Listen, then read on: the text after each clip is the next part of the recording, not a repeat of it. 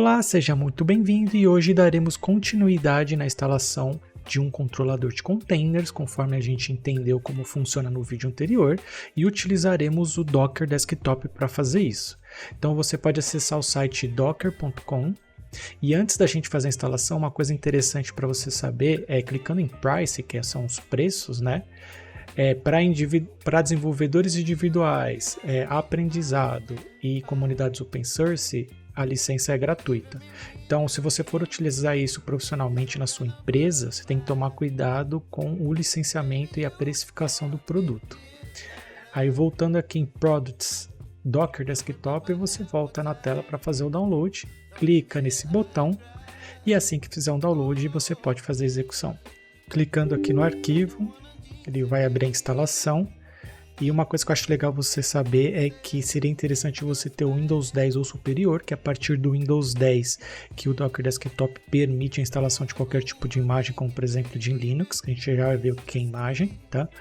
Mas é legal você ter o Windows 10 ou superior. Se você não tiver o Windows 10 ou superior, teria que fazer algumas modificações para que isso funcione.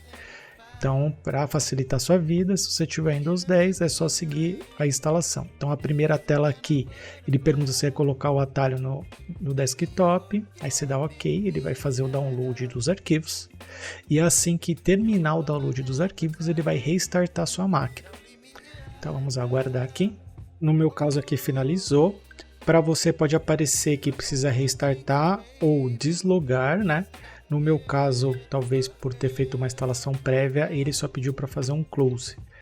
Clicando aqui no ícone para abrir o Docker Desktop, ele aparece aqui o termo de uso, que a gente já viu, pelo menos a parte de precificação. Aí você pode dar um accept, que é para aceitar.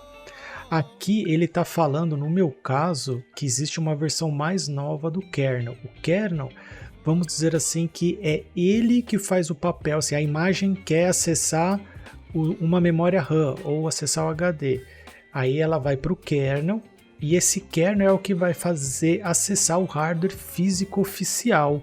Então a engine do Docker que faz a ponte entre o container, que é uma máquina virtualizada, ele quer acessar qualquer coisa do hardware da sua máquina, vai para o kernel e o kernel que vai fazer esses acessos para nós, né? Através da engine do container, conforme eu expliquei no vídeo anterior. E aqui no caso ele está falando que está desatualizado. Então eu vou copiar esse comando aqui, vou abrir o cmd e vamos executar esse comando aqui. Aí ele pediu para instalar, você dá sim e está fazendo aí o download.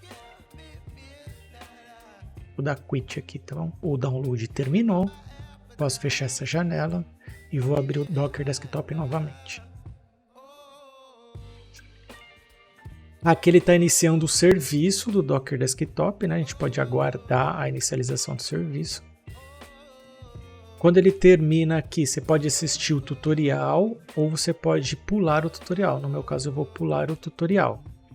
Vamos dar um overview e uma navegada aqui no software para a gente entender como ele funciona. Então a primeira coisa que vocês têm que olhar é quanto ele está consumindo só de estar ligado. Então está consumindo 2 GB e 300 RAM só por estar ligado, tá bom? Aí nós temos aqui os acessos rápidos, que são os containers. O container é a máquina em si que está em funcionamento. Então eu pedi para subir igual no vídeo anterior, meu site, o container ele pede uma imagem, né? Ele coloca essa imagem dentro do container e sobe o container.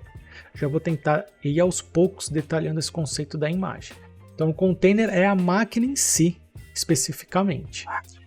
Aqui embaixo são todas as imagens que você tem disponíveis para subir em um container, que no meu caso ainda não tem uma imagem. O volume, o que são os volumes? Quando você sobe um container, se você apagar ele, você perde tudo que você salvou nele, né? Por exemplo, log, configuração de aplicativo, entre outras coisas. Para você não perder, você pode criar um volume. O que é um volume? No meu HD, a gente vai fazer esse teste. No meu HD aqui do meu Windows, nesse diretório, tudo que o container gravar lá dentro no diretório A, ele vai salvar dentro do meu computador no diretório B. Se eu apagar a máquina ou subir a máquina, eu recupero esses dados, né? Então o volume é legal vocês conhecerem para isso. Nós temos aqui a parte de desenvolvedores, né? Eu ainda não fiz o uso dessa funcionalidade. Ela é um jeito de você compartilhar todo o seu projeto com outro desenvolvedor, né? A gente pode até, se vocês quiserem, fazer um vídeo a respeito disso posteriormente. E aqui tem as extensões, né? A extensão empresas terceiras, elas podem criar ferramentas que adicionam no Docker Desktop para aumentar as funcionalidades que ele te provê. Então, por exemplo, vou dar um exemplo qualquer aqui. A Oracle criou uma ferramenta para ajudar no Docker Desktop a fazer algo com o banco de dados da Oracle. Então você adicionaria essa extensão te daria alguma ferramenta extra, em especial para o Docker Desktop, para trabalhar com o banco Oracle. No nosso caso, a gente vai trabalhar só com container, imagens e volumes. Outra coisa que é legal você fazer é vir aqui em Settings, que é essa engrenagemzinha aqui, e colocar aqui, ó, desabilitar para o Docker subir automaticamente na sua máquina, porque se um dia você quiser entrar só para navegar, ou jogar, ou ouvir música, qualquer outra coisa, você não precisa ter 2 GB ocupando para algo que você não esteja utilizando, tá bom? Então você pode desativar aqui.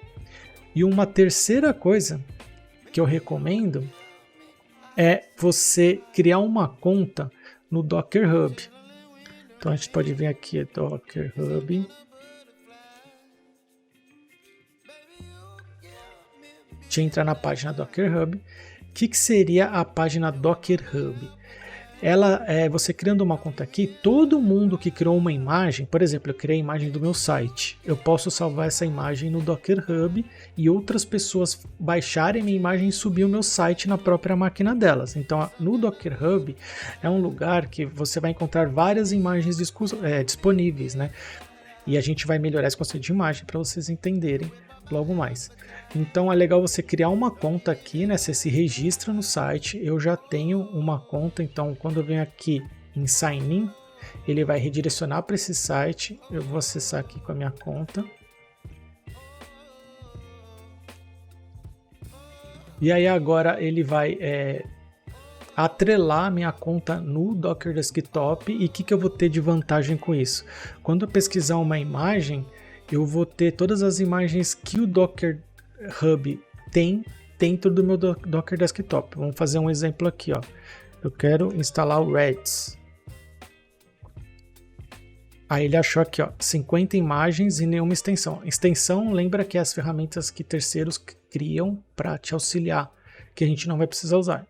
Então aqui, ó, tem imagem, por exemplo, do Redis, que é do Redis, que é um banco de dados que eu vou fazer um vídeo mais para frente, como que a gente trabalha com ele e por que a gente trabalha com ele. Então aqui eu já conseguiria baixar a imagem, associar essa imagem a um container para subir, e no container fala assim, ó, eu quero esses volumes para salvar e persistir meus dados, né, que a gente vai ver mais para frente. Eu acho que vai ser legal explicando conforme a gente vai fazendo o trabalho. Então acho que assim, a princípio, para a instalação do Docker, acho que aqui tá bom. Você conhecer o container imagem volume, fazer o login no Docker Hub e desativar para ele entrar automaticamente. Acho que aqui a gente conclui nossa instalação e estamos prontos para ir para o próximo vídeo. Vejo vocês até lá.